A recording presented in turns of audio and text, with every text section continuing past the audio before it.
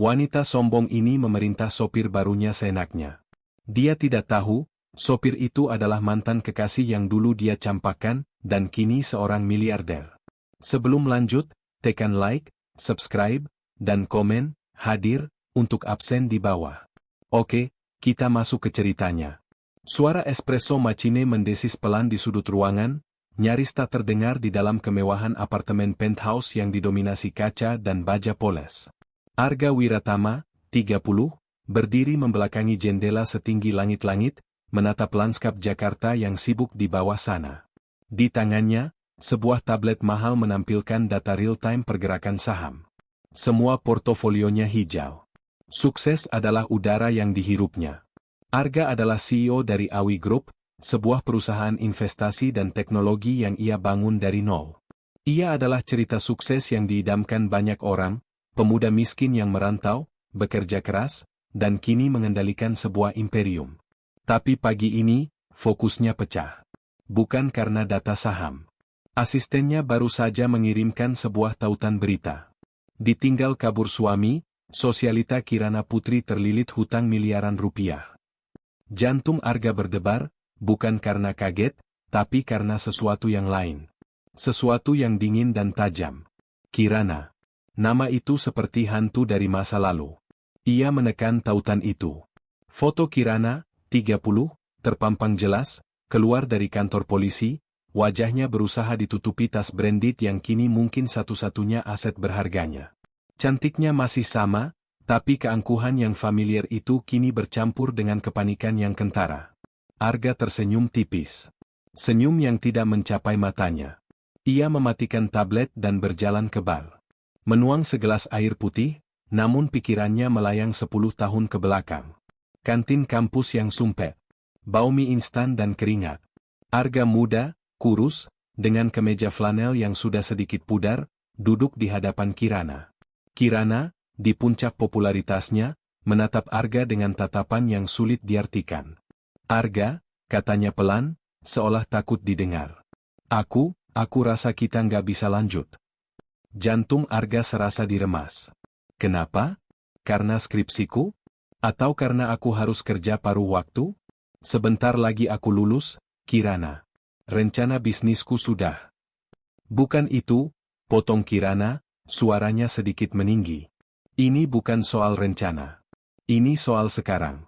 Arga, aku dilamar. Dunia Arga berhenti. Dilamar? Oleh siapa? Kamu bahkan nggak pernah cerita. Dia pewaris grup properti. Dia bisa kasih aku kehidupan yang layak.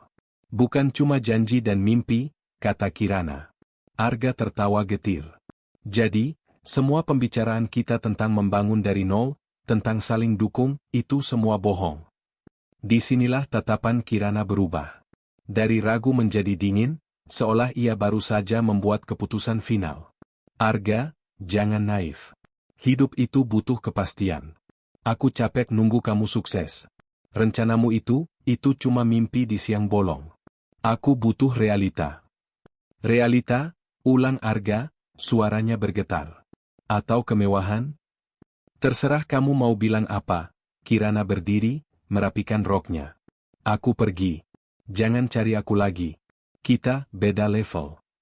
Kalimat terakhir itu yang membakar Arga selama 10 tahun. Beda level. Arga di penthouse-nya meneguk airnya sampai habis. Gelas kristal itu berdentang keras saat ia meletakkannya di meja marmer. Beda level, ya, gumamnya pada pantulan dirinya di kaca. Ia melihat berita itu lagi. Suami Kirana, pria kaya yang dulu merebutnya, kabur ke luar negeri setelah perusahaannya kolaps karena judi dan investasi bodong. Meninggalkan Kirana untuk menanggung semuanya. Sekarang, desis Arga, kita lihat, Kirana. Siapa yang levelnya ada di mana? Rasa iba? Tidak ada. Yang ada hanya rasa kepuasan yang dingin. Dan sebuah ide gila mulai terbentuk di benaknya. Ide tentang balas dendam. Bukan balas dendam yang brutal, tapi yang elegan. Balas dendam yang mengharuskan Kirana melihat dengan mata kepalanya sendiri apa yang telah ia buang. Pukul 9 pagi, Arga sudah berada di kantor Awi Group. Bram, kepala tim legal sekaligus tangan kanannya, duduk di hadapannya dengan ekspresi bingung. "Maaf, Pak Arga. Bisa diulangi?" "Saya rasa saya salah dengar," kata Bram, memijat pelipisnya. "Kamu tidak salah dengar, Bram," kata Arga, "tenang. Aku mau kamu ambil alih sisa aset perusahaan almarhum ayah Kirana. Aku tahu perusahaan itu jadi jaminan utang suaminya. Beli utang itu. Ambil alih semuanya." Bram membuka tabletnya. "Asetnya, tidak banyak, Pak. Hanya satu rumah tua di area pinggir kota dan satu mobil sedan mewah yang juga sudah menunggak cicilan. Nilainya tidak seberapa dibanding." "Aku tidak peduli nilainya. Aku mau aset itu," potong Arga. "Dan setelah kita memilikinya, atur agar rumah itu tetap bisa ditinggali oleh Kirana.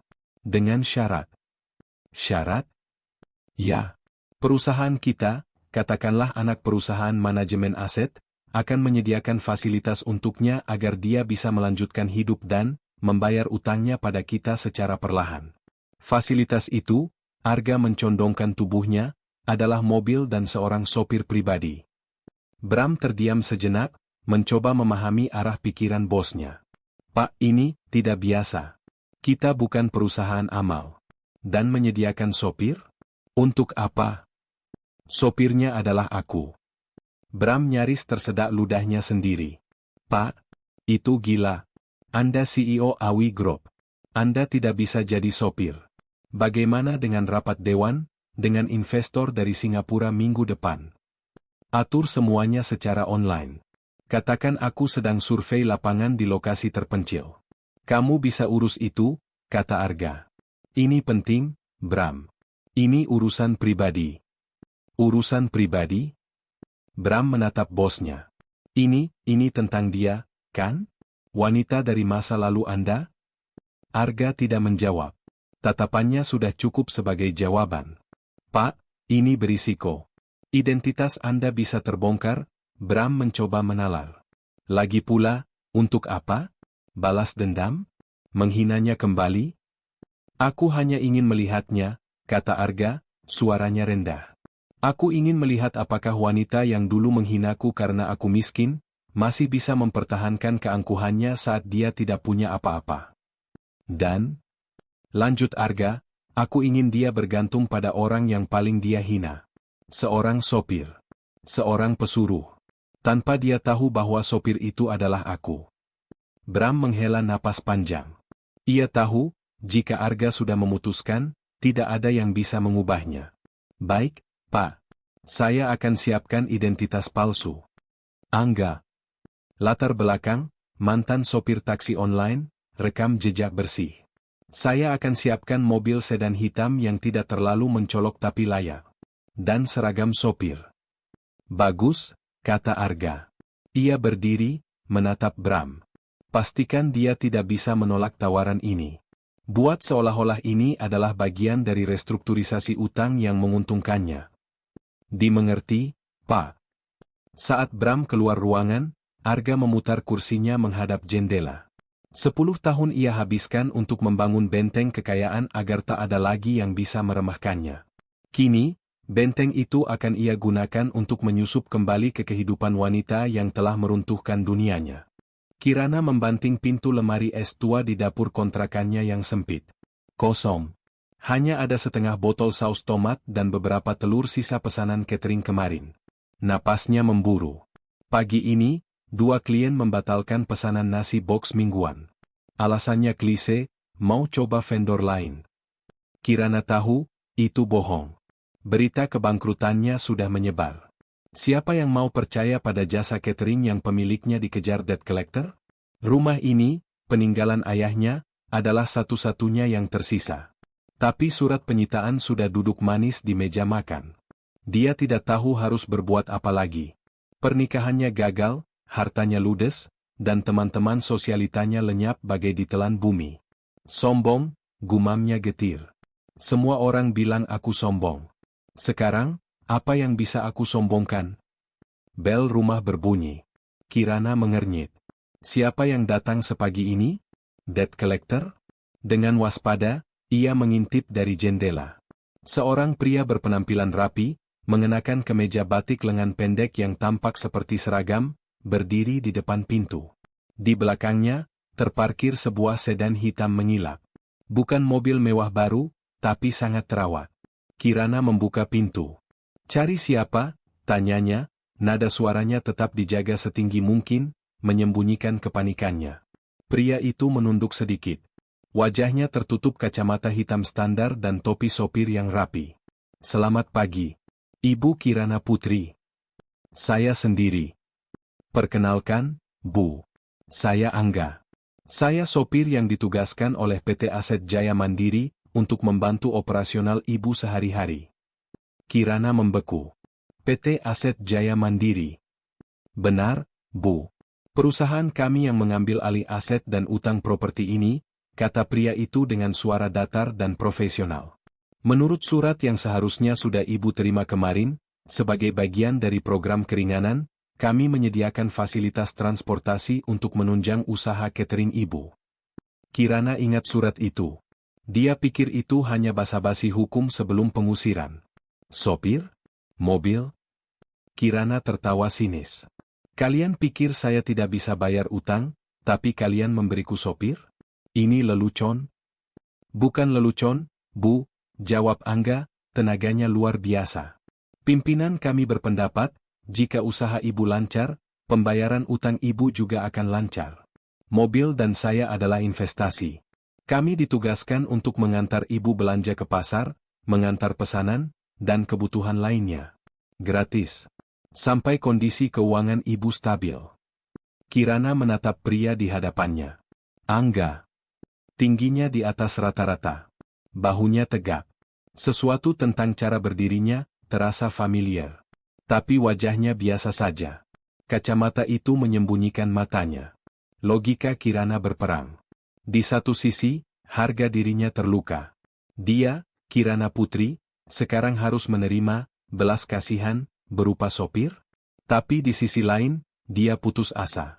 Mobil tuanya sudah ditarik leasing minggu lalu. Usaha cateringnya sekarat karena masalah transportasi. "Baik," kata Kirana akhirnya, dengan nada angkuh yang dipaksakan. "Kebetulan saya harus ke pasar induk sekarang. Kamu bisa mulai bekerja." "Baik, Bu Kirana." Arga, yang kini adalah Angga, menahan senyumnya. Pertemuan pertama, sukses. Dia mengikuti Kirana dari belakang. Wanita itu masih berjalan dengan dagu terangkat, seolah dia sedang berjalan di lobi Hotel Bintang 5, bukan di halaman kontrakannya yang berlumut. Saat Angga membukakan pintu belakang untuknya, Kirana berhenti sejenak. "Saya duduk di depan," katanya ketus. "Maaf, Bu. Sesuai prosedur, penumpang di belakang." "Saya bilang, saya duduk di depan," bentak Kirana. "Saya tidak mau terlihat seperti majikan yang menyedihkan dengan satu sopir." Arga mengangguk dalam diam. "Ah, keangkuhan itu. Masih ada di sana." Dia membukakan pintu depan. Saat Kirana masuk, aroma parfum mahal yang samar, mungkin sisa terakhir dari botolnya, menguar. Aroma yang sama dengan 10 tahun lalu. Arga menutup pintu, berjalan memutar ke kursi pengemudi, dan untuk pertama kalinya dalam 1 dekade, dia berada begitu dekat dengan Kirana. Dipisahkan oleh tuas persneling dan 10 tahun kebencian. Hari pertama bekerja adalah neraka yang dinikmati Arga dalam diam. Kirana, seperti yang sudah diduganya, adalah majikan yang menyebalkan. Dia masih membawa mentalitas sosialita ke dalam kehidupannya yang sudah morat-marit. Angga, panggilnya dari kursi penumpang depan, matanya sibuk di ponsel, mungkin mencoba menghubungi sisa-sisa kontaknya. "AC-nya terlalu dingin. Kulit saya kering." Arga mengecilkan AC. 5 menit kemudian. "Angga, ini panas sekali. Kamu mau saya mati kepanasan?" Arga membesarkan AC. Dalam hati, ia mencatat, masih sama. Tidak pernah tahu apa yang dia mau. Mereka tiba di pasar induk. Tempat itu becek, kotor, dan berisik. Arga memarkir mobil di area yang lumayan kering. Kirana turun dengan ragu-ragu, sepatu hak tingginya yang bermerek, tapi sudah tampak usang di bagian tumit, jelas tidak cocok untuk medan ini. "Tunggu di sini," perintahnya. "Jangan kemana-mana. Dan jangan matikan mesin, AC harus tetap menyala." "Baik, Bu," Jawab Arga datar. Bu. Dia bersikeras dipanggil, Bu, di depan umum. Arga memperhatikan dari spion. Kirana berjalan canggung, mencoba menghindari kubangan air. Dia tawar-menawar dengan penjual sayur, dan Arga bisa melihat dari bahasa tubuhnya yang kaku bahwa dia tidak terbiasa. Dia kalah telak. Dia kembali ke mobil setengah jam kemudian dengan wajah masam dan beberapa kantong belanjaan yang tidak seberapa. Angkat ini, katanya, meletakkan kantong-kantong itu di trotoar. Masukkan ke bagasi. Hati-hati, ada telur. Arga keluar, membuka bagasi, dan mengangkat belanjaan itu. Sebuah kantong plastik berisi tahu basah bocor, airnya menetes ke kemeja seragam barunya. Kirana melihat itu. Ah, maaf, katanya, tapi nadanya tidak terdengar menyesal. Lain kali kamu harusnya bawa lab. Arga hanya mengangguk, menutup bagasi. Perhentian berikutnya adalah sebuah alamat di gang sempit yang bahkan mobil sedan mereka nyaris tidak bisa masuk. Ini jelas alamat klien catering. Saya harus mengantar ini. Kamu tunggu, kata Kirana, mengambil 2 kotak nasi box besar dari kursi belakang. Biar saya bantu, Bu, tawar Arga, refleks. Kirana menatapnya tajam. Enggak usah. Tugasmu menyetir, bukan mengangkut. Saya bisa sendiri. Arga bersandar di mobil, melipat tangan. Dia memperhatikan Kirana berjuang. 2 box itu jelas berat. Dia melihat Kirana terhuyung sedikit di jalanan yang tidak rata. Ada rasa puas yang ganjil dalam diri Arga. Rasakan. Rasakan bagaimana rasanya bekerja keras. Tapi kemudian, sesuatu yang lain muncul. Sesuatu yang mengganggu. Kirana tersandung batu. 1 kotak terlepas dari tangannya. Tutupnya terbuka, dan nasi serta lauk pauk berhamburan di jalanan gang yang kotor. Sialan. Kirana berteriak. Dia tidak menangis. Dia malah membungkuk, dengan tangan gemetar, mencoba menyelamatkan apa yang bisa diselamatkan. Tapi sudah terlambat. Itu semua kotor. Arga melihat bahu Kirana bergetar. Dia marah. Marah pada dirinya sendiri, pada nasib, pada batu itu. Arga menghela napas. Dia mengambil kotak P3K kecil dari dashboard, yang selalu dia siapkan, dan mengambil sebotol air mineral. Dia berjalan menghampiri Kirana. Kirana mendongak saat mendengar langkah kaki. Wajahnya merah padam, campuran antara malu dan marah. Apa yang kamu lihat? Pergi.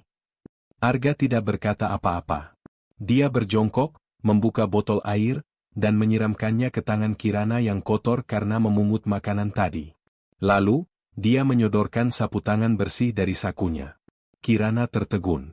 Tangan ibu kotor, kata Arga, suaranya tetap datar, seolah tidak terjadi apa-apa. Sebaiknya kita kembali. Pesanan ini sudah tidak bisa diantar. Kirana merebut sapu tangan itu. Saya tahu, sentaknya. Saya bukan orang bodoh. Gara-gara kamu parkir terlalu jauh. Arga berdiri. Dia tidak membantah. Dia hanya menatap makanan yang berserakan itu. Itu kerugian besar, Bu. Bukan urusanmu. Dia berbalik, berjalan cepat mendahului Arga kembali ke mobil, dan membanting pintu.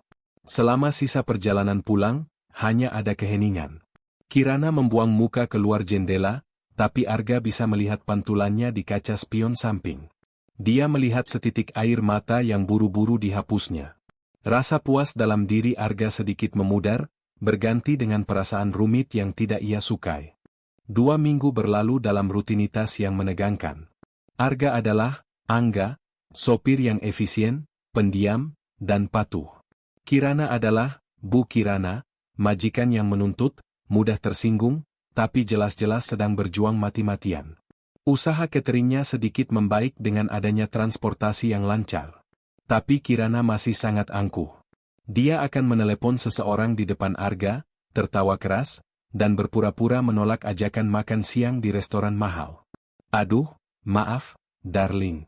Jadwalku penuh sekali proyek catering, katanya, padahal Arga tahu hari itu mereka hanya mengantar 3 kotak nasi ke satu kantor kecil. Arga menikmati ironi itu. Dia menikmati melihat kepalsuan itu dari kursi terdepan. Namun, ada kalanya penyamarannya nyaris goyah. Suatu sore, hujan turun sangat deras. Mereka terjebak macet total dalam perjalanan pulang setelah mengambil bahan kue di toko grosir. Kirana, yang kelelahan setelah tawar-menawar harga terigu, tertidur di kursi penumpang. Kepalanya terkulai ke samping, bersandar di kaca jendela. Wajahnya saat tidur terlihat begitu damai. Polos. Seperti Kirana yang dulu pernah ia cintai, sebelum uang dan status meracuninya. Arga menatapnya dari sudut matanya. Dia ingat persis tahi lalat kecil di bawah telinga kirinya. Dia ingat bagaimana dia dulu suka. Arga menggelengkan kepalanya, membuang pikiran itu. Dia tidak pantas mendapatkan kenangan itu. Tiba-tiba ponsel Kirana berdering keras, membangunkannya. Dia tersentak kaget, wajahnya bingung. Halo? Ya. Ya, Pak Budi. Apa? Dibatalkan? Tapi saya sudah beli semua bahannya. Bapak nggak bisa gitu, dong? Itu kerugian besar buat saya. Kirana mendengarkan, wajahnya semakin pucat. Tapi, halo? Halo? Sialan. Ditutup. Kirana melempar ponselnya ke dashboard dengan frustrasi. Ada masalah, Bu? Tanya Arga, pura-pura fokus pada kemacetan. Masalah? Kirana tertawa histeris. Klien terbesarku baru saja membatalkan pesanan untuk acara besok. 300 porsi. Dan dia menolak bayar uang muka.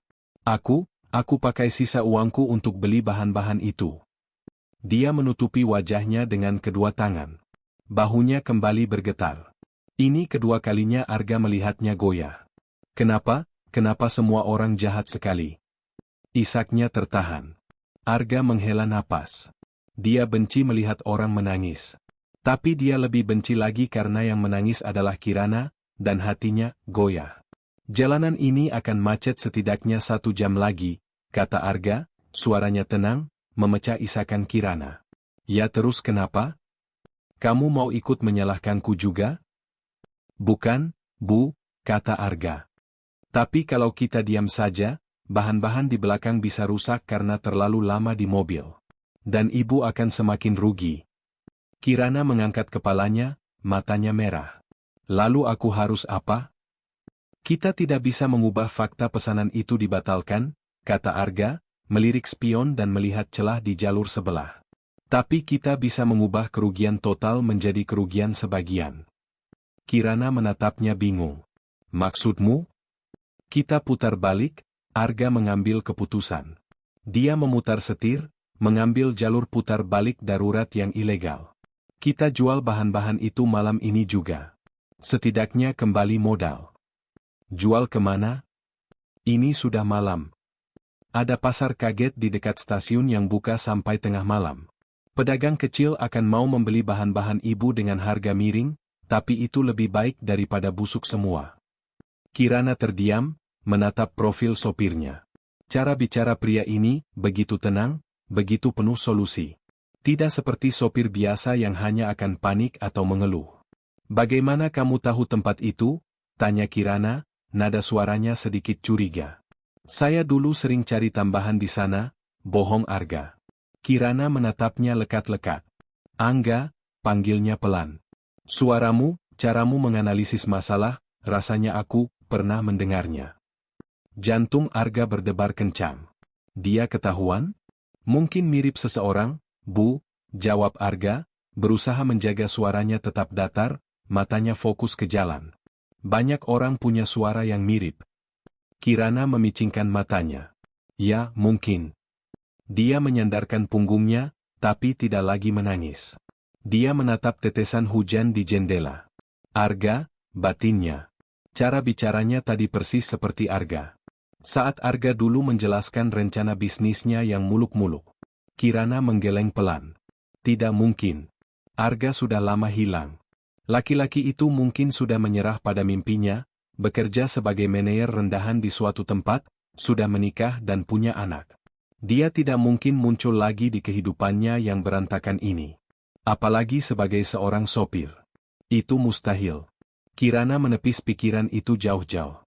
Dia terlalu lelah untuk berfantasi. Yang harus dia pikirkan adalah bagaimana caranya agar bahan-bahan di bagasi itu tidak membusuk. Dia kembali menatap pria di sampingnya, yang dengan tenang mengemudikan mobil menembus hujan. "Angga," katanya lagi. "Ya, Bu. Terima kasih idenya." Arga meliriknya sekilas. "Sudah tugas saya, Bu." Arga kembali fokus ke jalan. Malam itu, dia tahu rencananya berhasil. Dia sudah menjadi bagian tak terpisahkan dari kehidupan Kirana. Tapi dia juga sadar akan satu hal baru, rencana ini jauh lebih rumit daripada yang ia bayangkan.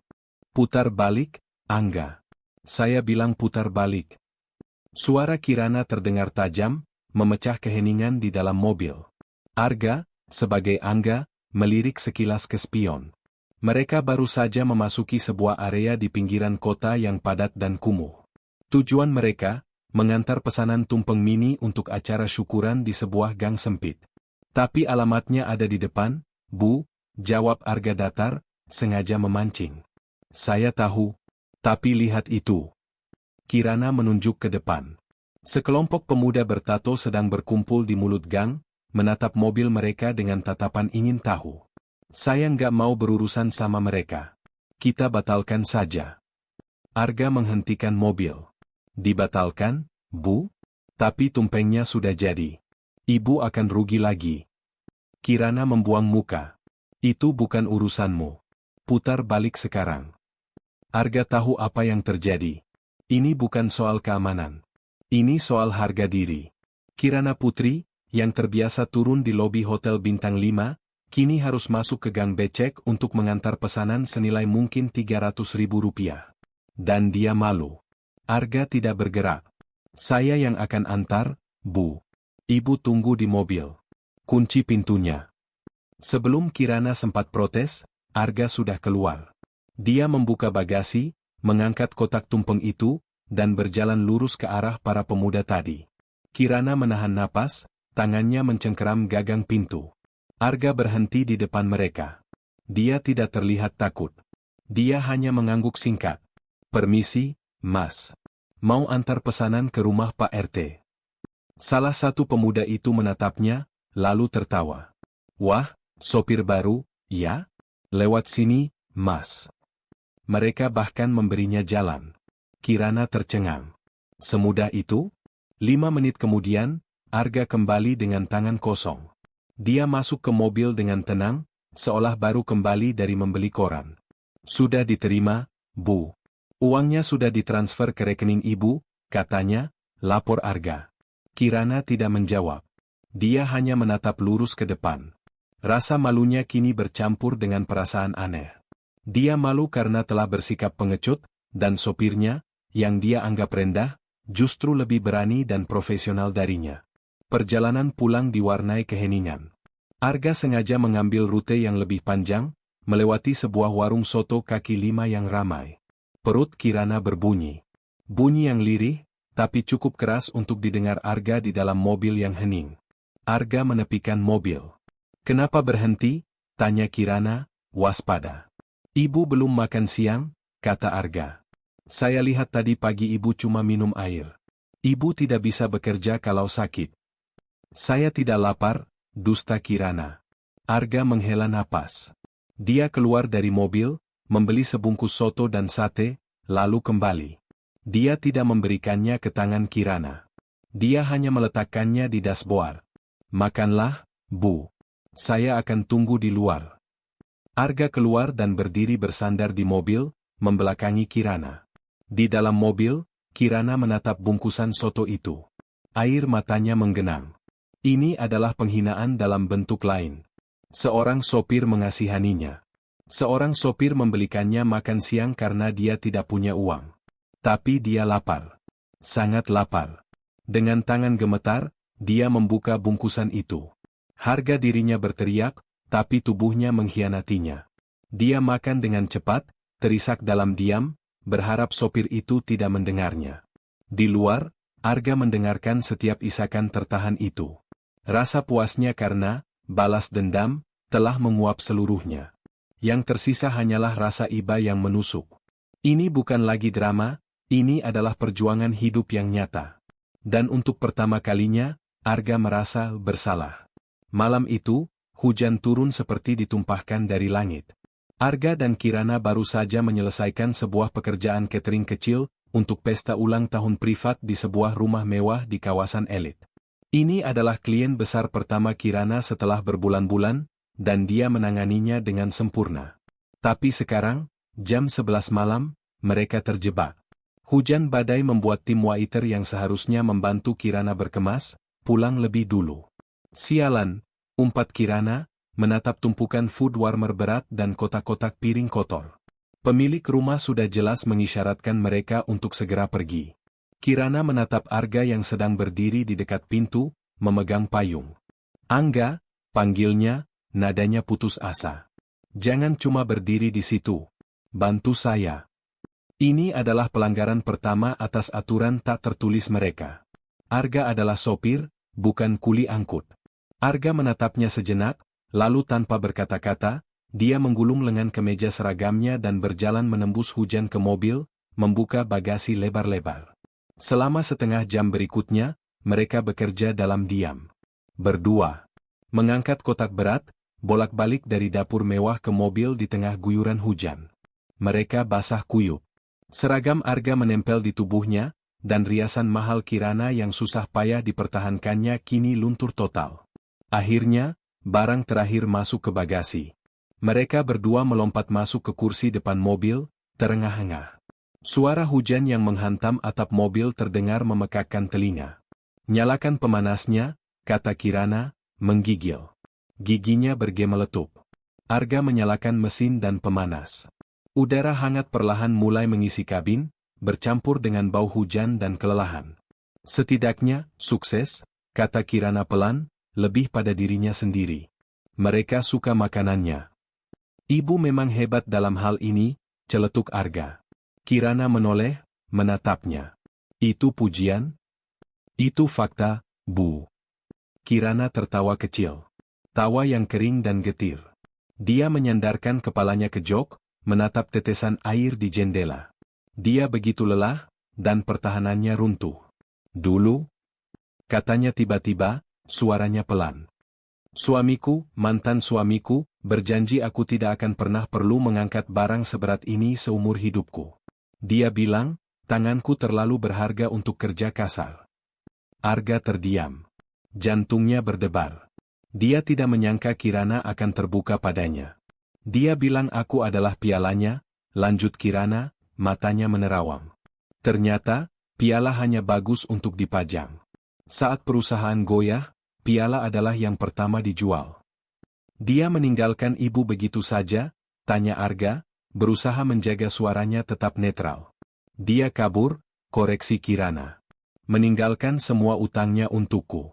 Pria yang dulu kupikir adalah pelindungku, ternyata pengecut terbesar yang pernah kutemui. Dia terdiam sejenak, lalu menoleh ke Arga. Wajahnya basah oleh sisa air hujan, atau mungkin air mata baru. Bodohnya aku, bisiknya.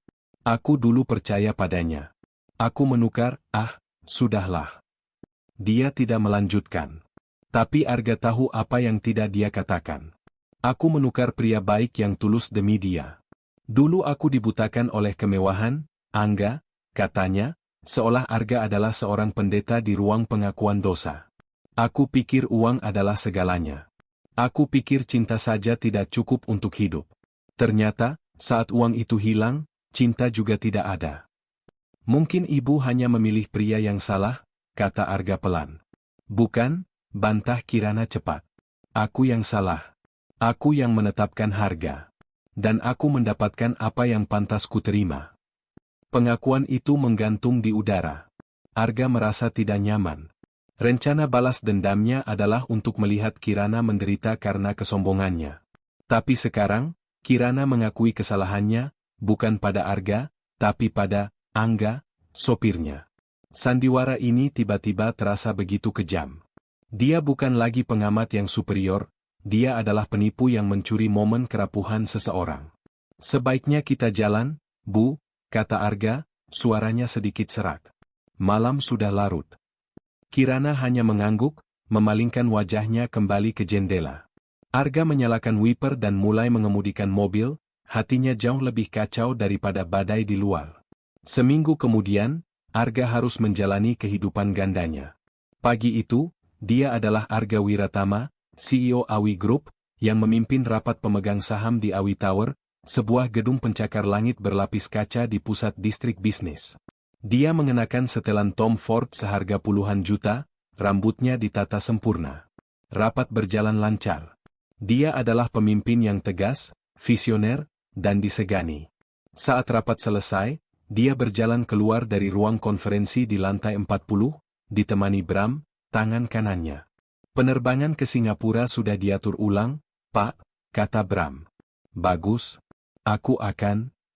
Langkah Arga terhenti. Matanya terpaku pada lobi utama yang terlihat megah dari balkon lantai 2 tempat dia berdiri. Di antara kerumunan eksekutif yang berlalu lalang, ada satu sosok yang sangat ia kenali. Kirana. Dia tampak sangat tidak pada tempatnya. Dia mengenakan blazer terbaiknya, yang Arga tahu sudah sedikit kusam, sambil memeluk erat sebuah map proposal berwarna biru. Dia terlihat cemas, terus-menerus mengecek ponselnya, jelas sedang menunggu seseorang. Dia sedang apa di sini? Desis Arga pada dirinya sendiri. Siapa, Pak? Tanya Bram. Arga menunjuk dengan dagunya. Bram mengikuti arah pandangannya dan terkejut. Ibu Kirana? Ini gedung Anda, Pak. Bagaimana bisa? Dia pasti mencari pinjaman, gumam Arga. Awi Group memiliki beberapa anak perusahaan finansial di gedung yang sama. Kirana pasti mencoba peruntungannya. Arga merasakan gelombang emosi yang aneh. Melihatnya di wilayah kekuasaannya, terlihat begitu kecil dan putus asa, membuatnya marah. Tiba-tiba, seorang pria tinggi dan tampan mendekati Kirana. Pria itu tersenyum lebar, menunjukkan pesona yang dipoles. Arga langsung mengenali pria itu. Dion Hardiman. CEO Hardiman Property, pesaing berat Awi Group. Kirana Putri, kan? Arga bisa membaca gerak bibir Dion dari kejauhan. Kirana tampak kaget sekaligus tersanjung. Dia mengangguk. Dion mengambil tangan Kirana dan mencium punggung tangannya dengan sikap sok pahlawan. Saya Dion. Saya dengar Anda sekarang berbisnis kuliner. Saya sudah lama mengagumi Anda dari jauh. Arga melihat Kirana tersipu. Sebuah senyum genit dan penuh harapan yang sudah lama tidak dilihat Arga, terbit di wajah Kirana. Dion menyerahkan kartu namanya. Kita harus bicara. Mungkin saya bisa bantu bisnis Anda. Rahang Arga mengeras.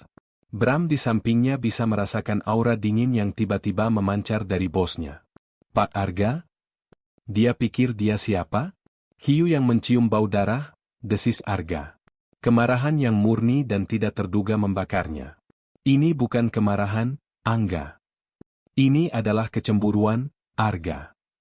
Kecemburuan primitif seorang pria yang melihat wanita miliknya, dia terkejut dengan pikirannya sendiri, didekati oleh rivalnya.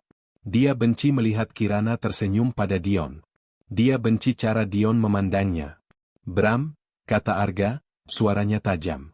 Cari tahu siapa jadwal pertemuan Kirana hari ini. Batalkan. Pastikan dia tidak dapat pinjaman sepeser pun dari gedung ini. Tapi, Pak, lakukan saja, bentak Arga. Tanpa menunggu jawaban, Arga berbalik dan berjalan cepat menuju lift pribadinya. Dia tidak bisa berada di sana sedetik pun lebih lama. Dia harus segera pergi, sebelum dia turun ke lobi sebagai Arga Wiratama dan menyeret Kirana keluar dari sana. Rencana balas dendamnya baru saja mendapat komplikasi baru, hatinya sendiri. Sore harinya, Arga kembali menjadi Angga. Suasana di mobil sangat tegang. Arga marah karena kejadian di lobi tadi pagi, dan Kirana tampak bersemangat. Angga, kita ke Cafe Vera, katanya, suaranya ceria. Saya ada janji temu penting. Arga menurut. Cafe Vera adalah tempat kumpul sosialita kelas atas. Setibanya di sana, seorang wanita yang berpakaian glamor melambai ke arah Kirana. Rini. Salah satu, teman, lama Kirana yang masih mau bergaul dengannya, mungkin hanya untuk pamer. Kirana. Darling, sapa Rini, memeluk Kirana sambil melirik sinis ke arah Angga. Jadi ini mobil dan sopir barumu? Lumayan. Kirana tertawa, sedikit dipaksakan. Dia Angga. Dia sangat membantu. Mereka duduk di meja luar. Arga, seperti biasa, berdiri menjaga jarak, tapi cukup dekat untuk mendengar. Kirana jelas sedang berusaha keras. Dia menceritakan bisnis cateringnya dengan antusias, mungkin berharap Rini mau berinvestasi atau setidaknya memesan. Oh, ya? Baguslah, kata Rini, terdengar bosan. Ngomong-ngomong, lihat sepatuku. Baru beli di Milan. Rini menyodorkan kakinya yang dibalut stiletto kulit ular. Saat itulah, seorang pelayan yang lewat tersandung, dan nampan berisi iced latte tumpah. Sebagian besar mengenai lantai, tapi beberapa tetes muncrat tepat ke sepatu mahal Rini. Astaga! Rini menjerit. Sepatu baruku. Sialan, pelayan bodoh. Pelayan itu panik dan meminta maaf berkali-kali. Rini terus mengomel. Kirana tampak panik. Dia takut kehilangan muka di depan Rini. Dia melihat pelayan yang gemetar itu, lalu menatap Angga. Dengan putus asa, dia mencoba menunjukkan bahwa dia masih mengendalikan situasi. Angga, panggil Kirana, suaranya sedikit bergetar. Tolong, bersihkan sepatu Bu Rini. Waktu seakan berhenti. Pelayan itu menatap Kirana, kaget. Rini menatap Kirana dengan senyum puas. Dan Arga? Arga menatap lurus ke mata Kirana.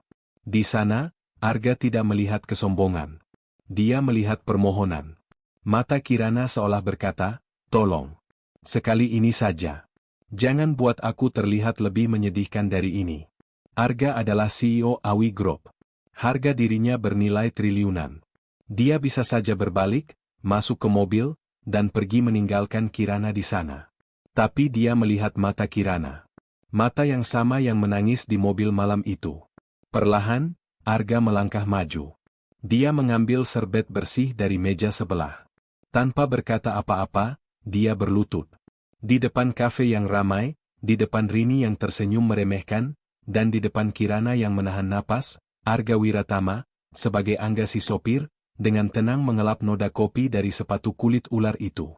Sudah bersih, Bu Rini, kata Arga, suaranya datar. Dia berdiri, menatap Kirana sekali lagi, lalu kembali ke posisinya di dekat mobil. Rini terkesan. Wow, Kirana. Sopirmu penurut sekali. Di mana kamu menemukannya? Kirana tidak bisa menjawab. Dia merasa mual.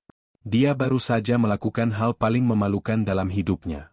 Dia baru saja merendahkan satu-satunya orang yang tulus membantunya, hanya demi validasi dari seorang teman palsu.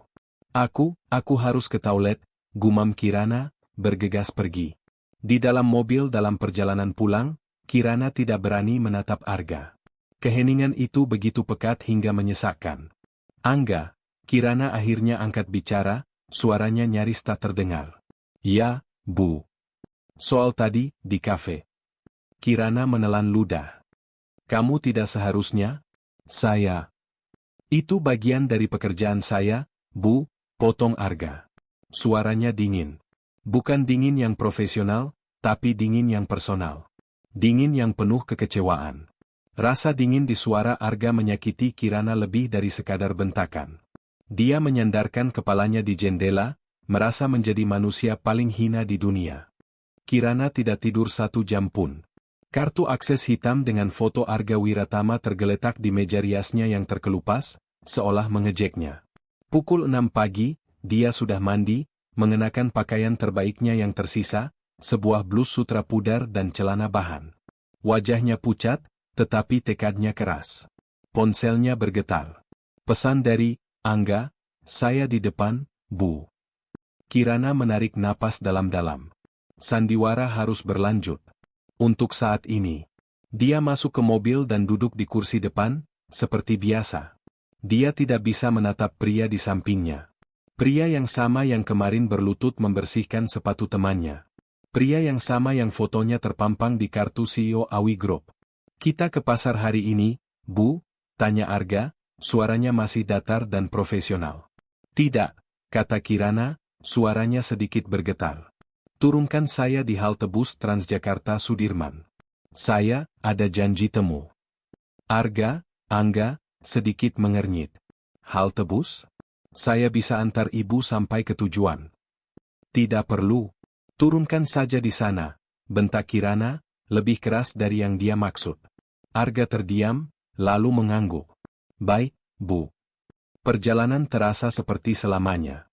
Kirana bisa merasakan panas dari tubuh Arga di sampingnya. Dia bisa mencium aroma samar cologne mahal yang tersembunyi di balik seragam sopirnya. Semua hal kecil yang dulu terasa familiar, kini berteriak, Arga. Arga menurunkannya di halte yang ramai. Saya jemput jam berapa, Bu? Saya kabari nanti, kata Kirana, buru-buru turun. Dia menunggu sampai sedan hitam itu menghilang di tikungan. Lalu, alih-alih masuk ke halte, Kirana berlari ke pangkalan ojek online di seberang jalan dan memesan satu.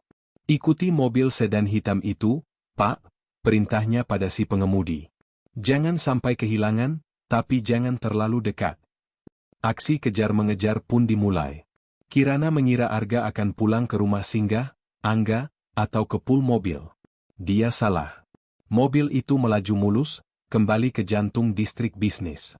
Mobil itu berbelok, bukan ke parkiran basement umum, tapi ke jalur VVIP pribadi Awi Tower. Gedung yang sama di mana dia bertemu Dion Hardiman. Kirana turun dari ojeknya, berdiri di seberang lobi, bersembunyi di balik pilar besar. Dia melihat sedan hitam itu berhenti di bawah portico pribadi. Seorang pria berjas, Bram, sudah menunggu. Angga keluar dari mobil. Dan kemudian, transformasi itu terjadi. Angga melepas topi sopirnya. Dia menyerahkannya kepada Bram. Dia melonggarkan dasi seragamnya yang kaku. Dia mengusap rambutnya ke belakang, dan dalam sekejap, aura sopir yang tunduk itu lenyap. Dia adalah Arga Wiratama. Posturnya berubah. Cara berjalannya berubah. Dia tidak lagi Angga yang sedikit membungkuk. Dia adalah Arga yang melangkah tegap, penuh kuasa. Karyawan yang lewat membungkuk hormat. Pintu kaca utama dibuka untuknya oleh satpam yang berdiri kaku. Dia berjalan melewati lobi yang sama tempat Kirana berdiri kemarin, lobi tempat dia merasa kecil dan putus asa. Arga berjalan melewatinya seolah dia adalah raja yang memiliki tempat itu. Karena memang, dia pemiliknya. Kirana menyandarkan punggungnya ke pilar. Lututnya lemas. Semua bagian teka-teki itu menyatu. Rumahnya. Mobilnya, sopirnya, semua adalah miliknya. PT Aset Jaya Mandiri pastilah anak perusahaan Awi Group. Dia bukan menerima belas kasihan. Dia sedang hidup di dalam sangkar yang dibangun oleh Arga. 10 tahun, bisik Kirana, ngeri. Dia merencanakan ini selama 10 tahun? Rasa takut yang dingin menjalari tulang punggungnya. Ini bukan lagi soal cinta lama. Ini adalah balas dendam yang diperhitungkan dengan sangat matang. Dan dia baru saja masuk tepat ke tengah-tengahnya. Selama 2 hari, Kirana hidup dalam teror bisu. Dia harus berpura-pura tidak tahu apa-apa. Dia masih memerintah, Angga, tapi suaranya kini bergetar. Dia tidak lagi memintanya mengangkat barang. Dia tidak lagi mengeluh soal AC. Dia memperlakukan Angga dengan hati-hati, seolah sopir itu adalah bom waktu. Arga, di sisi lain, memperhatikan perubahan sikap itu. Dia mengira Kirana akhirnya belajar sopan santun, atau merasa bersalah setelah insiden sepatu. Dia tidak tahu bahwa Kirana tahu. Ini membuat permainannya semakin menarik baginya. Lalu, secercah harapan datang. Telepon dari Dion Hardiman. Kirana, sayang, suara Dion terdengar antusias. Aku punya kabar besar. Perusahaan propertiku akan meluncurkan klaster baru termewah tahun ini. Acaranya 3 hari lagi. Aku mau kamu yang tangani semua cateringnya. Full. VIP. Anggaran tidak terbatas. Kirana hampir menangis saking leganya. Ini dia. Ini jalan keluarnya. Sebuah kontrak besar dari pria kaya lain. Pria yang bisa menyelamatkannya dari cengkeraman Arga. Tentu, Dion. Tentu saja, seru Kirana. Aku tidak akan mengecewakanmu. Aku tahu, kata Dion. Aku tunggu proposal dan presentasimu besok. Hari itu, Kirana merasa hidup kembali. Dia menyuruh Angga mengantarnya ke sana kemari. Ke toko bahan premium, ke percetakan untuk proposal. Dia berani mengambil pinjaman berbunga tinggi dari rentenir, nekat, untuk membeli semua bahan impor terbaik. Dia harus membuat Dion terkesan. Dia bahkan sedikit pamer di depan Angga. "Saya akan ada pertemuan besar besok, Angga," katanya, sambil mematut diri di cermin mobil. "Dengan Pak Dion Hardiman. Kamu tahu dia, kan? CEO Hardiman Property. Dia sangat tertarik dengan bisnis saya." Arga hanya menatapnya dari spion. "Baguslah, Bu." Wajahnya datar, tapi Kirana, yang kini tahu rahasianya, bisa melihatnya. Rahangnya mengeras sepersekian detik. Matanya menjadi lebih dingin. Dia bilang, "Ini akan jadi proyek terbesar saya," lanjut Kirana, sengaja memanasi. "Mungkin setelah ini, saya tidak butuh sopir lagi." "Semoga berhasil, Bu," hanya itu jawaban Arga. Esok harinya, Kirana sudah siap dengan proposalnya.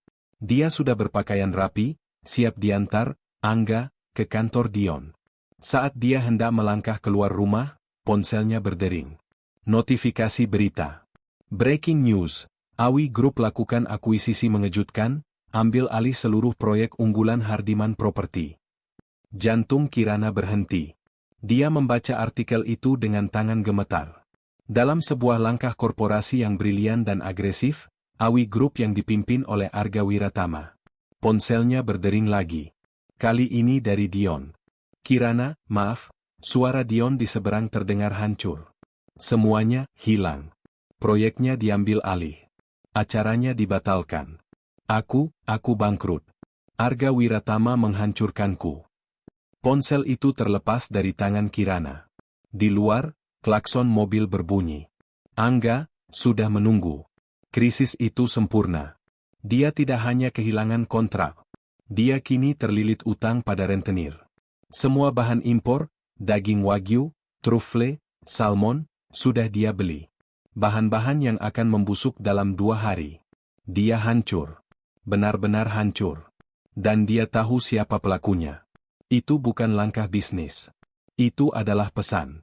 Pesan dari Arga untuknya, "Tidak ada yang bisa menyelamatkanmu selain aku." Malam itu, Kirana tidak menyalakan lampu rumahnya. Dia duduk di lantai dapur, dikelilingi box-box styrofoam berisi bahan makanan mahal yang kini tidak berguna. Aroma trufle yang seharusnya mewah, kini terasa memuakkan. Dia mendengar suara mobil sedan itu parkir. Dia mendengar langkah kaki di teras. Angga pulang untuk mengakhiri shiftnya, atau mungkin untuk melihat hasil karyanya. Pintu depan terbuka. Arga menggunakan kuncinya sendiri. "Bu Kirana," panggil suara Angga. "Listriknya mati? Kenapa gelap sekali?" Arga menyalakan saklar lampu. Cahaya menerangi dapur, menampakkan Kirana yang duduk di lantai, matanya merah dan bengkak, tapi tatapannya setajam belati. "Pertunjukan yang luar biasa," bisik Kirana. Suaranya serak karena menangis. Arga, masih sebagai Angga, pura-pura bingung. "Saya tidak mengerti, Bu. Apa yang terjadi?" "Saya dengar." "Berhenti," teriak Kirana, suaranya menggema di rumah kecil itu. "Berhenti bersandiwara." Kirana berdiri. Dengan gerakan cepat, dia mengambil sesuatu dari saku celemeknya dan melemparkannya ke dada Arga. Kartu akses hitam itu jatuh ke lantai dengan suara klik yang pelan. "Berhenti memanggilku, Bu," desisnya. "Berhenti dengan seragam sopir murahan ini. Aku tahu siapa kamu, Arga." Keheningan menyelimuti ruangan. Arga menatap kartu akses di lantai. Lalu dia menatap Kirana. Perlahan, dia menegakkan tubuhnya. Aura Angga yang penurut dan sedikit membungkuk itu menguap seketika. Saat dia mengangkat kepalanya lagi, pria yang menatap Kirana bukanlah Angga. Dia adalah Arga Wiratama, CEO Awi Group. Tatapannya dingin, penuh kuasa, dan terluka. "Akhirnya," kata Arga. Suaranya. Itu bukan suara Angga yang datar. Itu adalah suaranya yang asli. Dalam, berwibawa, dan mematikan. "Butuh waktu berapa lama untuk otak cerdasmu yang dulu itu bekerja, Kirana?" Kirana terhuyung mundur seolah tertampar. Mendengar suara aslinya adalah konfirmasi final. "Kamu Kirana gemetar. Semua ini, rumah ini, mobil ini, kamu mempermainkanku. Mempermainkanmu? Arga tertawa. Tawa yang sama sekali tidak lucu. Aku menyebutnya pelajaran. Pelajaran tentang level. Ingat kata itu, Kirana? Dia melangkah maju. Kirana melangkah mundur, hingga punggungnya membentur lemari es. Aku hanya ingin melihat, lanjut Arga, suaranya rendah dan intens. Apakah Kirana putri yang agung, yang mencampakkanku karena aku miskin, masih bisa mempertahankan keangkuhannya saat dia tidak punya apa-apa? Dia berhenti tepat di depan Kirana. Dan jawabannya? Oh, ya. Kamu masih sombong. Kamu bahkan tega menyuruh pria yang dulu kamu bilang kamu cintai, untuk berlutut dan membersihkan sepatu teman palsumu. Setiap kata adalah tamparan. Puas kamu, lanjut Arga.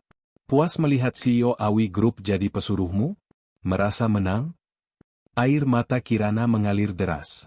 Bukan air mata kesedihan, tapi air mata kemarahan dan penghinaan total. Kamu monster, isaknya. Kamu bukan Arga. Arga yang kukenal dulu baik hati. Arga yang dulu sudah mati, bentak Arga, emosinya akhirnya meledak. Dia mati di kantin kampus itu, saat kamu bilang mimpinya, omong kosong. Saat kamu memilih pria kaya yang menjanjikan, realita. Aku salah, jerit Kirana. Aku tahu aku salah. Aku sudah membayarnya. Aku kehilangan segalanya. Suamiku meninggalkanku. Aku dihina semua orang. Itu belum cukup buatmu? Tidak. Suara Arga mengguncang ruangan. Itu karma untuk pilihan bodohmu. Tapi itu bukan balasanku. Balasanku. Arga menatap sekeliling dapur yang berantakan. Adalah ini. Adalah membuatmu bergantung pada omong kosong yang dulu kamu hina. Dan Dion? Tanya Kirana, suaranya pecah. Kamu menghancurkan Dion hanya untuk menyakitiku? Kamu menghancurkan harapan terakhirku?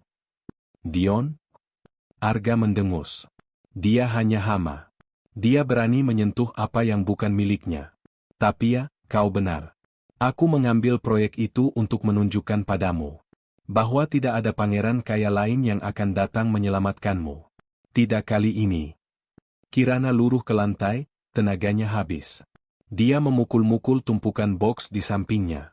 Kamu menang, Arga, teriaknya histeris. Kamu menang. Aku hancur. Aku diinjak-injak. Aku miskin, aku menyedihkan, dan aku terlilit utang pada rentenir. Kamu puas sekarang? Kamu puas melihatku menderita? Dia menatap Arga dengan mata penuh kebencian. Kamu tidak lebih baik dari mereka. Kamu sama hinanya dengan pria yang kabur meninggalkanku. Kamu kejam. Kalimat terakhir itu, kamu sama hinanya, menghantam Arga lebih keras dari apapun. Seluruh rencana balas dendam ini adalah untuk membuktikan bahwa dia lebih baik. Bahwa dia adalah pemenangnya. Tapi melihat Kirana hancur lebur di lantai, dikelilingi bahan makanan busuk yang dia beli karena jebakannya, rasa kemenangan itu terasa hampa. Pahit. Dia ingin melihat Kirana menyesal. Dia ingin melihat Kirana meminta maaf. Tapi dia tidak ingin melihatnya hancur sehancur ini. Dia tidak ingin disamakan dengan bajingan yang meninggalkan Kirana.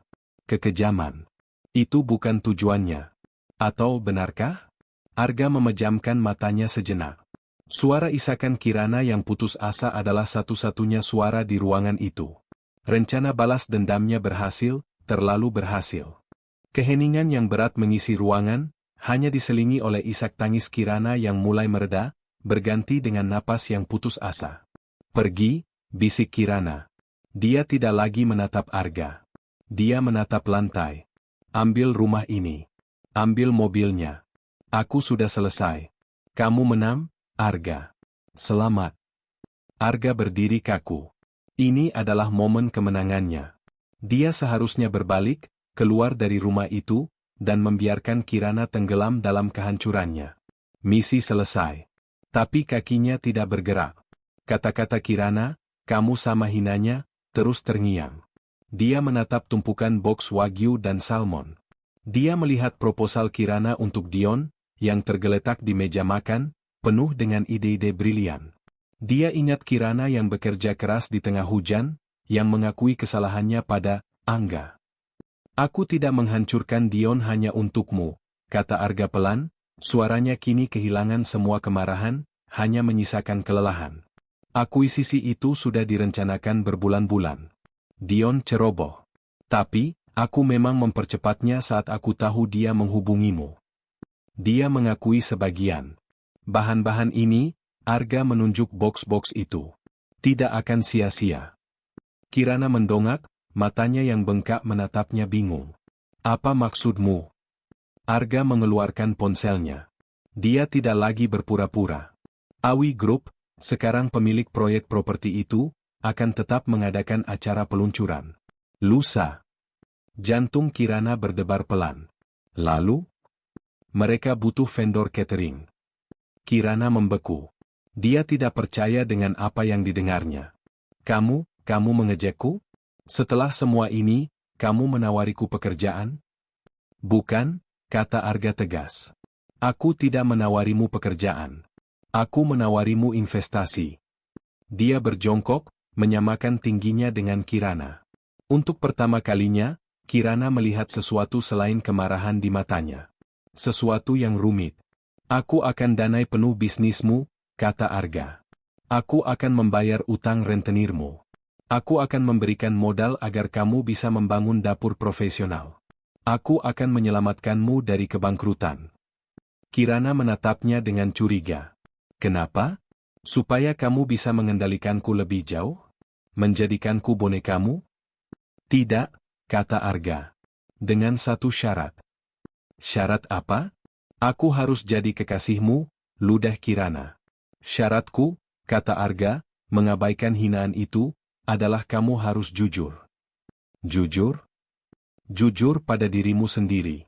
Berhenti berpura-pura jadi sosialita. Berhenti membohongi teman-teman palsumu. Berhenti menyalahkan semua orang atas kejatuhanmu. Arga menatap lurus ke mata Kirana. Dan akui alasan sebenarnya kenapa kamu meninggalkanku 10 tahun lalu. Akui itu. Padaku, dan pada dirimu sendiri. Ini adalah twistnya. Dia tidak menuntut cinta. Dia tidak menuntut kepatuhan. Dia menuntut kebenaran. Arga berdiri. Kontraknya akan ada di mejamu besok pagi. Kamu tangani acara lusa, buktikan kamu masih sehebat yang kuingat. Jika kamu berhasil, investasi itu milikmu. Dia berjalan ke pintu. Tunggu, panggil Kirana, suaranya lemah. Arga berhenti, menoleh sedikit. Kenapa? Tanya Kirana. Kenapa melakukan semua ini? Sandiwara sopir, penghinaan, lalu tawaran ini. Kenapa, Arga? Arga terdiam lama, membelakangi Kirana. Karena aku harus tahu, katanya pelan. Apakah wanita yang kucintai masih ada di dalam dirimu? Atau apakah dia sudah mati selamanya? Dia melangkah keluar, menutup pintu di belakangnya, meninggalkan Kirana yang tercengang di tengah kehancuran dapurnya, dengan satu tawaran yang mustahil ditolak. Kirana tidak tidur. Pukul 5 pagi, dia sudah selesai mandi. Rumahnya masih berantakan, dan aroma bahan makanan yang mulai membusuk terasa menyesakkan. Dia tidak punya pilihan. Utang rentenir itu nyata. Ancaman mereka nyata.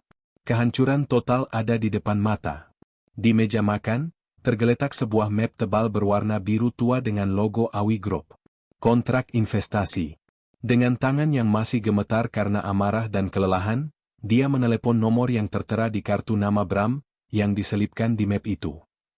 PT Aset Jaya Mandiri, Bram berbicara. Ini Kirana Putri, kata Kirana, suaranya serak. Saya terima tawarannya. Acara peluncuran itu. Kapan dan di mana? Suara Bram profesional, seolah percakapan semalam tidak pernah terjadi. Selamat pagi, Bu Kirana. Acara akan diadakan besok malam. Pukul 7. Di Grand Ballroom Hotel Mulia. Daftar tamu, 500 orang VVIP, termasuk Dewan Direksi Awi Group. Kirana nyaris pingsan. Besok malam? 500 orang? Itu tidak mungkin. Pak Arga berpendapat, jika Anda memang sehebat yang beliau ingat, itu mungkin, jawab Bram, nadanya dingin. Tim kami sedang dalam perjalanan ke rumah Anda untuk mengambil semua bahan baku yang Anda miliki. Sebuah dapur profesional lengkap di hotel sudah disewa atas nama Anda. Tim chef hotel akan menjadi asisten Anda. Dana operasional sudah ditransfer ke rekening Anda. Anda punya waktu 36 jam. Selamat bekerja. Telepon ditutup. Kirana tercengang. Ini bukan bantuan, ini adalah ujian di bawah todongan senjata. Benar saja, 15 menit kemudian, sebuah truk pendingin dan tim logistik yang efisien tiba. Mereka bekerja cepat, mengangkut semua boks bahan makanan. Kirana bahkan tidak sempat berganti baju dengan layak. Dia hanya menyambar tasnya dan ikut masuk ke salah satu mobil tim. Dia tidak diantar oleh Arga. Dia diantar oleh sopir perusahaan yang lain, yang memanggilnya Bu Kirana dengan hormat. Setibanya di dapur hotel, Kirana disambut oleh eksekutif chef hotel, seorang pria Prancis yang tampak sangsi. Jadi, Anda chefnya, Nyonya? Disinilah Kirana mengambil keputusan. Dia bisa hancur, atau dia bisa berjuang. Arga ingin melihatnya hancur? Dia akan tunjukkan. Ya, chef. Saya Kirana Putri, katanya, melepaskan tasnya. Dia mengambil celemek bersih. Dan ini adalah menu saya. Tolong siapkan tim Anda. Kita tidak punya banyak waktu. Selama 36 jam berikutnya, Kirana tidak tidur. Dia bekerja seperti mesin. Dia mengeluarkan perintah, mengordinasi puluhan koki, mencicipi, dan mengatur presentasi. Semua kesombongan sosialitanya lenyap, digantikan oleh fokus seorang profesional. Di tengah kekacauan itu, Arga muncul. Dia tidak lagi memakai seragam. Dia mengenakan kemeja linen mahal, berdiri di sudut dapur, menatap Kirana bekerja. Dia adalah klien. Dia adalah investor. Dia adalah pemilik segalanya. Dia mencicipi salah satu amuse bouche yang disiapkan Kirana. Terlalu asin, katanya singkat. Kirana, yang sedang berteriak memberi instruksi, berhenti. Dia menoleh ke Arga, matanya merah karena kurang tidur. Maaf? Garamnya. Terlalu banyak. Lidah para investor sensitif, kata Arga, wajahnya datar. Kirana ingin sekali melempar panci ke wajahnya. Tapi dia menahan diri. Dia mencicipinya. Sial. Dia benar. Ulangi, perintah Kirana pada timnya. Dia kembali bekerja, mengabaikan tatapan Arga yang terus mengawasinya. Ini adalah neraka terberat dalam hidupnya. Dia bekerja di bawah pengawasan pria yang telah menghancurkannya. Ketegangan di antara mereka begitu kental, nyaris bisa dipotong dengan pisau. Acara itu sukses besar. Para tamu VVIP, investor, dan direksi AWI Group terpesona. Makanan yang disajikan Kirana bukan hanya lezat, tapi inovatif. Itu adalah comeback yang spektakuler. Pukul 11 malam, tamu terakhir telah pulang. Kirana duduk di peti kargo di area loading dock, masih mengenakan seragam chefnya yang kotor. Dia terlalu lelah untuk bergerak. Langkah kaki yang familiar mendekat. Arga berdiri di bawah cahaya lampu neon yang temaram. Kamu berhasil, kata Arga. Mereka semua memujimu. Kirana tidak menatapnya. Jadi, utangku lunas? Investasinya, sah? Kontraknya sudah ditandatangani oleh tim legal, kata Arga. Selamat. Kirana's Kitchen, sekarang resmi didanai penuh. Kirana mengangguk pelan. Dia seharusnya merasa menang. Tapi dia hanya merasa kosong. Masih ada satu hal, kata Arga pelan. Syaratku. Kirana akhirnya mengangkat kepalanya. Matanya yang lelah menatap Arga. Kamu benar-benar menginginkannya? Setelah semua ini, kamu ingin aku mengaku?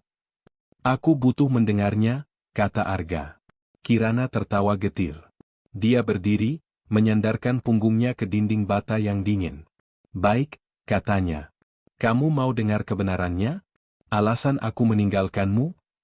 Arga hanya menatap, menunggu. Itu bukan hanya karena uang, bisik Kirana.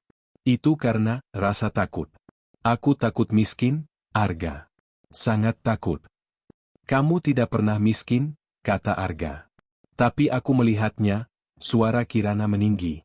Aku melihat ayahku bangkrut. Aku melihat ibuku sakit-sakitan dan kami tidak bisa membayar rumah sakit. Aku melihat cinta dan mimpi tidak bisa membayar tagihan. Aku melihat ibuku meninggal karena kami terlambat mendapat perawatan terbaik. Air mata mulai mengalir di pipinya.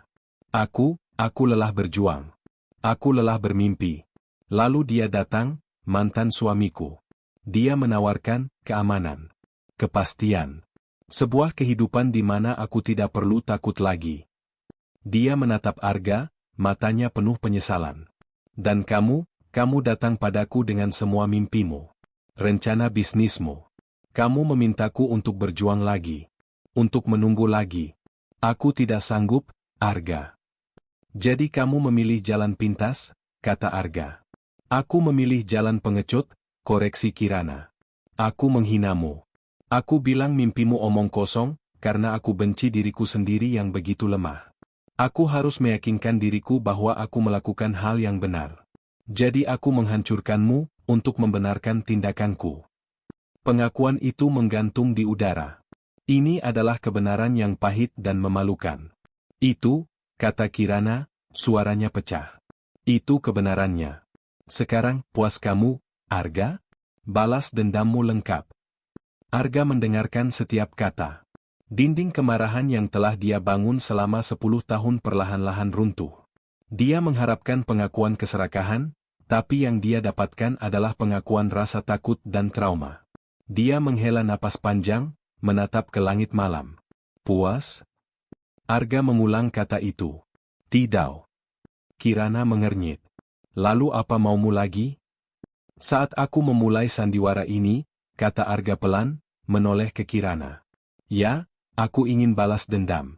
Aku ingin kamu merasakan bagaimana rasanya dihina. Aku ingin kamu melihat apa yang telah kamu buang. Aku ingin kamu berlutut. Dan aku melakukannya, bisik Kirana. Di kafe itu. Ya, kata Arga. Kamu melakukannya. Dan di saat itulah, semuanya berubah. Kirana menatapnya bingung. Arga melanjutkan, aku ingin merasa menang saat kamu berlutut membersihkan sepatu itu. Tapi yang kurasakan, hanya muak. Bukan muak padamu. Muak pada diriku sendiri. Aku sadar, wanita yang kucintai masih ada di sana. Wanita yang rela mengorbankan harga dirinya, bukan untuk kemewahan, tapi untuk menyelamatkan sisa-sisa hidupnya. Ini adalah twistnya. Pengakuan dari Arga. Saat aku jadi, Angga, lanjut Arga. Aku melihatmu bertengkar dengan penjual sayur demi Rp1.000. Aku melihatmu menangis di mobil karena pesanan dibatalkan. Aku melihatmu bekerja di tengah hujan badai. Balas dendam, rasanya konyol. Tapi, kamu tetap melakukannya, kata Kirana. Kamu menghancurkan Dion. Kamu menjebakku. Aku harus mengakhirinya, kata Arga. Aku harus memaksamu sampai ke titik terendah. Karena aku tahu, itu satu-satunya cara agar kamu mau mendengarkan. Itu satu-satunya cara agar kamu mau jujur. Dia melangkah mendekat. Aku tidak pernah benar-benar membencimu, Kirana. Aku marah, ya Tuhan, aku sangat marah. Tapi kebencianku sudah lama hilang. Yang tersisa hanya rasa penasaran. Apakah kamu menyesal? Setiap hari, bisik Kirana. Penyamaran ini, kata Arga, suaranya melembut. Bukan untuk menghancurkanmu. Itu untuk mencari alasan agar aku bisa memaafkanmu. Dan malam ini, kamu memberikannya.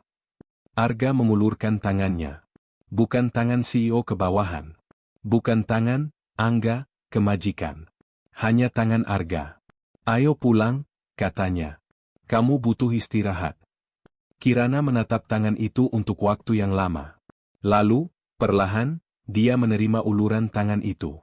Genggamannya erat, seolah berpegang pada pelampung di tengah lautan. 6 bulan berlalu. Kirana's Kitchen telah resmi dibuka. Bukan di hotel mewah, tapi di sebuah ruko cantik di kawasan bisnis yang sedang berkembang. Dapurnya modern, dan ada kafe kecil di bagian depannya. Bisnis itu sukses. Kirana, dengan modal dan jaringan Awi Group, serta bakatnya yang tak terbantahkan, telah membangun reputasinya kembali dari nol. Dia adalah CEO dari perusahaannya sendiri. Arga adalah investornya. hubungan mereka berubah. Kaku pada awalnya. Mereka mengadakan rapat mingguan, membahas cash flow dan strategi pemasaran. Mereka profesional. Tapi di sela-sela pembahasan angka, mereka bicara. Aku tidak setuju dengan proposal catering pernikahan ini, kata Arga dalam rapat di kantor Kirana. Marginnya terlalu tipis. Marginnya tipis, balas Kirana, tidak gentar. Tapi ini klien pro bono. Mereka korban kebakaran.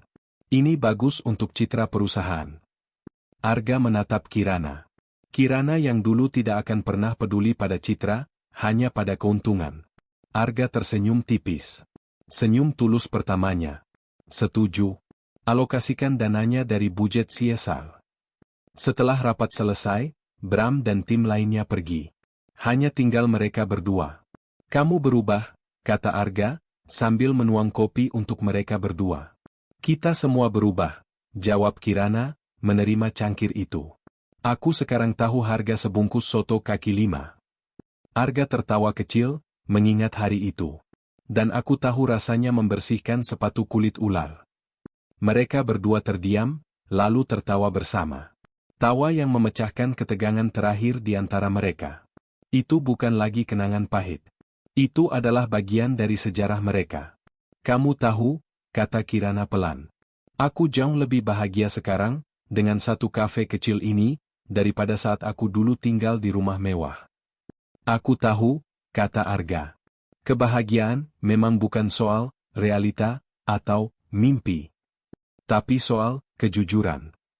Arga meletakkan cangkirnya. Dia menatap Kirana, dan kali ini, tidak ada lagi kemarahan, tidak ada sandiwara. Hanya ada kehangatan yang telah lama hilang. Aku senang melihatmu seperti ini, Kirana, katanya. Aku tidak akan bisa sampai di sini tanpamu, aku Kirana. Kamu bisa, kata Arga. Mungkin hanya butuh waktu lebih lama. Arga mengulurkan tangannya melintasi meja, menyentuh punggung tangan Kirana. Aku senang aku ada di sini untuk melihatnya. Sebagai investor. Kirana tersenyum. Hanya investor? Arga menggeleng pelan. Mungkin, sebagai teman lama yang masih peduli. Teman lama, ulang Kirana. Aku suka itu. Itu adalah awal yang baru. Lambat. Hati-hati.